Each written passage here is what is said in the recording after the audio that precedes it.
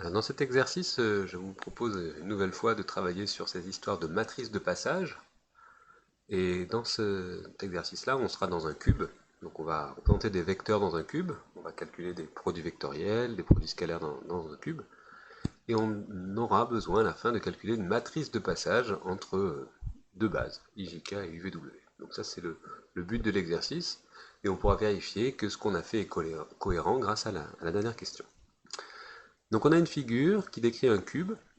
Très bien, de côté une unité, donc avec une origine, donc ici ce sera l'origine du cube, là ce sera 1 suivant l'axe des abscisses, 1 suivant l'axe ordonné et 1 suivant l'axe de la hauteur. Donc le point A, il va avoir pour coordonnées 1, 0, 1. D'accord. Le point B, c'est 1 suivant I, 1 suivant J et 0 suivant K. D'accord. Donc on a ces deux points-là et on a un troisième point qui est le point M, qui est le milieu de AB. Je vais faire ce point-là.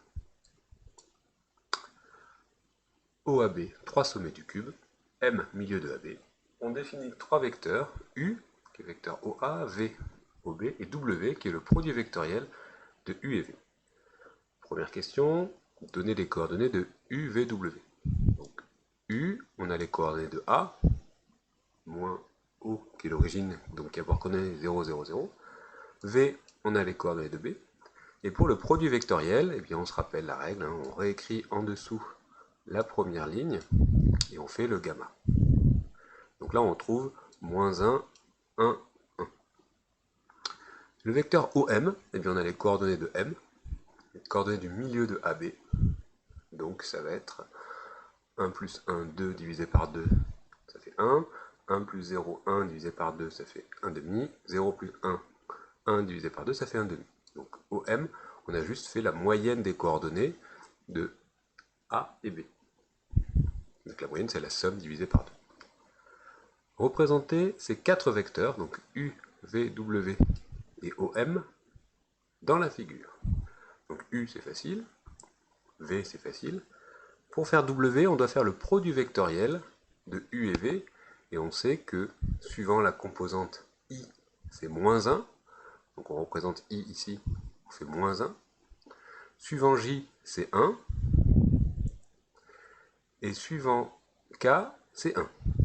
Donc ça fait quelque chose en 3 dimensions. Il s'est déplacé de moins 1 suivant I, de 1 suivant J, donc il a reculé, et de 1 suivant K.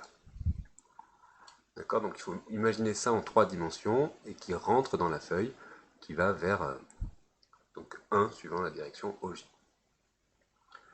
Très bien, donc ça il faut savoir le faire, et comprendre que celui-là, W, il est bien orthogonal à U et à V.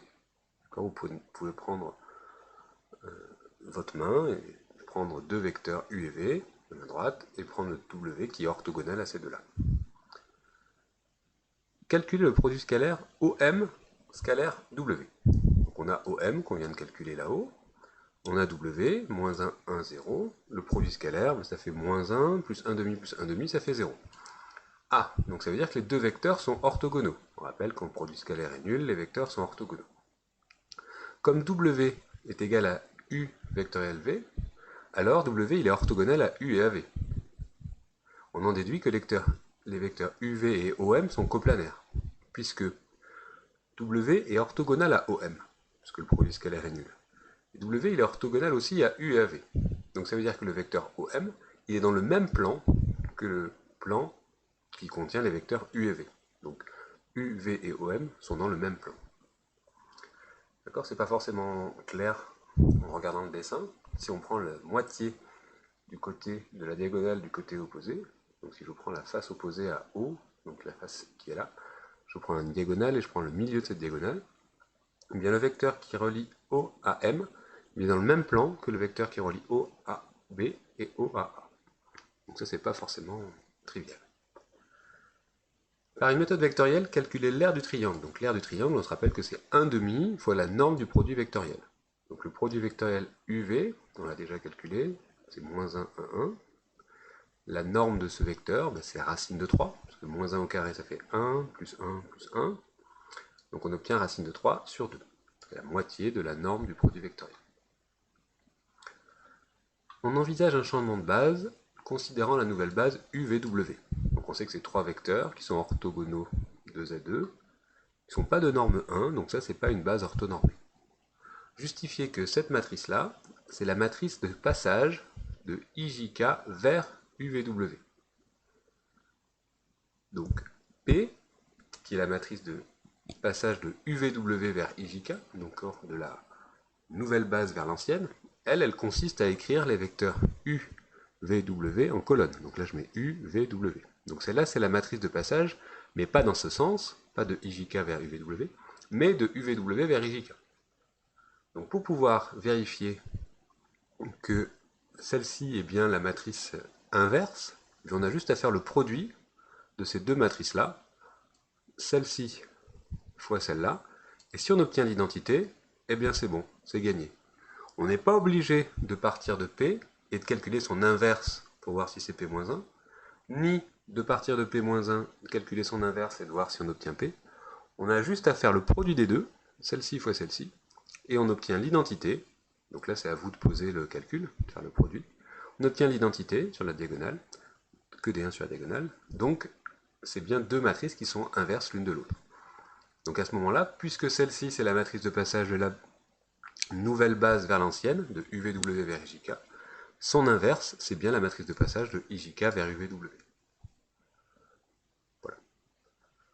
Calculez alors les coordonnées de OM dans la base UVW. Donc OM dans UVW, il faut multiplier OM dans la base de départ, IJK, par la matrice qui permet de passer de IJK vers UVW. Donc c'était notre matrice qu'on a notée P-1 ici. OM dans la base IJK, ben on le connaît, c'est ce qu'on a mis là-haut. Donc on le remet ici. P-1, donc c'est la matrice qui est donnée ici. Donc hop, on la met là.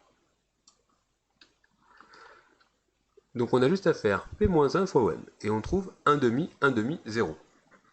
Ah, la troisième coordonnée est nulle. Qu'est-ce que ça veut dire? Alors ces coordonnées sont-elles en adéquation avec vos résultats obtenus en question 2? Eh bien oui, si la troisième coordonnée est nulle, ça veut dire que le vecteur OM, quand on l'écrit dans la base UVW, c'est 1 demi de U plus 1 demi de V. Il n'y a pas de W. Donc ça veut bien dire que OM est dans le plan UV. Puisque ces coordonnées dans la base UVW, c'est 1 demi, 1 demi, 0. Donc ce vecteur-là, c'est la moitié de la somme de ces deux-là. Et il ne se déplace pas suivant cette troisième composante W. Donc on retombe bien sur le fait que UV et OM sont coplanaires. Ça revient à la même chose.